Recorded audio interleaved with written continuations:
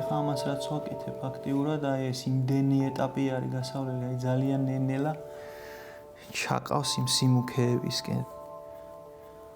დიდი წვეტა გქონდა ეხლა საქართველოში ხაწერის სკოლები ფაქტიურად გაუქმებული იყო მოგეხსენება საბჭოთა პერიოდში როგორი დევნა იყო ეკლესიების, თუმცა უკვე 90-იანი წლებიდან როცა დამოუკიდებლობა მოვიპოვეთ ფაქტიურად რაღაც ახალი ერა, ახალი ეტაპი დაიწყო თანამედროვე ქრისტიანულ საეკლესიო მხატვრობაში ჩვენთვის და ჩვენი პატრიარქის ლოცვა-კურთხევით უკვე დაარსდა სასწავლებლები ხაწერისა და რესტავრაციის ფაკულტეტი დავამთავრე მე თვითონაც სასულიერო აკადემიაში თანამედროვე მხატვრები უკვე ვცდილობთ რომ რაღაც იმ ძველ ტრადიციას არ ჩამოვრჩეთ ჩვენ ახლა ხაწერაში მაქსიმალურად ვცდილობთ რომ ესე ძველ ტექნოლოგიებთან ახლოს მივიდეთ და იმ ძველი ტექნიკით ვიმუშაოთ, რასაც ისტორიულად ჩვენი წინაპრები აკეთებდნენ და ახლა აი კვერცხის გულის ტემპერას ვამზადებთ. ეს ჩვეულებრივი კვერცხი არის საჭირო და უნდა გამოვაცალკეო ახლა კვერცხის გული ცილისგან და შემდეგ მე მჭირდება მხოლოდ აი ეს გულის სითხე. ეს არც ისე რთული პროცესია რეალურად, კვერცხის გული არის საჭირო და ძმარი და წყალი.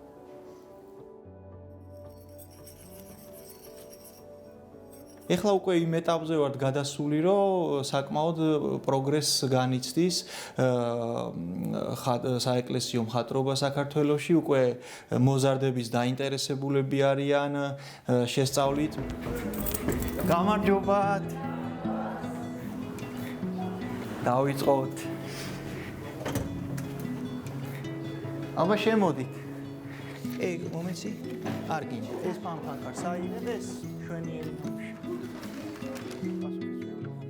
სკოლა მაქვს ქალაქ ხაშურში, ხაწერისა და ხატვის სკოლა მანდილიონი, სადაც ახალგაზრდები სწავლობენ ხაწერას, ცდილობენ რაღაც უფრო არა მარტო ცოდნა გაიღმაონ, არამედ ახლოს იყვნენ იმ წმინდანებთან, იმ საკითხებთან და ამ რთულ გარემოში ფიქრობ, რომ მათთვის ძალიან სასარგებლოა, რომ არა მარტო რაღაც ბუნებრივად განავითარონ თავიდან შესაძლებლობები, არამედ რაღაც ზნეობრივადაც უფრო გამართულები იყვნენ, რაღაც სულიერად მტკიცეები იყვნენ. მე მაგალითად არ წარმოვიდგენია ჩემი ცხოვრება ხატწერის გარეშე. თავიდან ცოტა მეშინოდა, იმიტომ რომ მეგონა ვერ შევეჭირებოდი ამ ხელას სირთულეს, მაინც ემოციურად იმ ხელა დატვირთვა შენთვისაც, რომ თითქოს ცხოვრების ახალ ეტაპზე გადადიხარ, რომ აი ცოტა დაბრკოლება მქონდა, თუმცა რომ პირველი გაკვეთილის შემდეგ ირაკლი მასწავლებელმა იმდენად მომიხსნა ეს დაბრკოლების რაღაცნაირი ბარიერი, რომ აი უკვე სიხარულით მოვდიოდი ხოლმე ყოველ გაკვეთილზე. მოიცა, პატარას არ ვიღებს ზოგადად.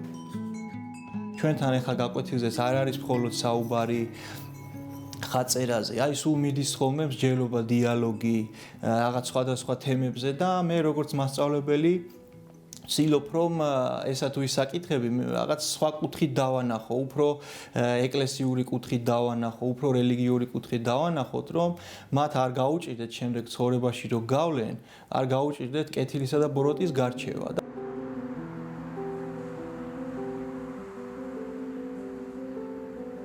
ბოლოს ვიმუშავე ოსიაურის წმინდა დავით აღმაშენებლის სახელობის ეკლესიისთვის, კანკელის ხატები დავწერე მათთვის, ასევე ანალოგიის ხატი და კიდევ სხვა ხატების ჩემი მხრიდან არის დაწერილი და აი ჩემთვის პირადად ძალიან დიდი პასუხისმგებლობაა, როცა ეკლესიაში შევდივარ როგორც მრევლი და ხედავ რომ ჩემს ნამუშევართან ადამიანები დგანან, სანთელ-სანთებენ და შეთხოვენ რაღაცას. ანუ ეს უკვე ჩემთვის არის პასუხისმგებლობა, რომ მუშაობის პროცესშიც მე ვალდებული ვარ, რომ მაქსიმალურად ვიყო მომზადებული სულიერად რაღაც წყნარი გარემო შევქმნა.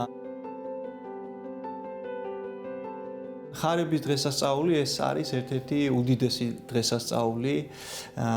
ეს ამ დღეს ფაქტიურად ეხარა კაცობრიობას, რომ ღმერთმა არ მიატოვა თავისივე შექმნილი ადამიანი, ანუ არ დატოვა ეშმაკის ტყვეობაში და ვახარა უფალმა, ახარა ღვთისმშობელს, რომ მოვიდოდა ღმერთი ადამიანად და გამოიხსნიდა კაცობრიობას. მე უსურვებ სრულიად საქართველოს, რომ ყოფილიყავით გახარებულები, იმიტომ რომ სიხარული არ მოაქვს მარტო რაღაც მატერიალურ რამეებს, პირველ რიგში სულიერად თუ ხარ ადამიანი მტკიცედ, თუ ვართ ქრისტიანები, ანუ ჩვენ გვაქვს მიზეზი, რომ ვიყოთ სულ გახარებულები. ულოცავ კიდევ ერთხელ სრულიად საქართველოს.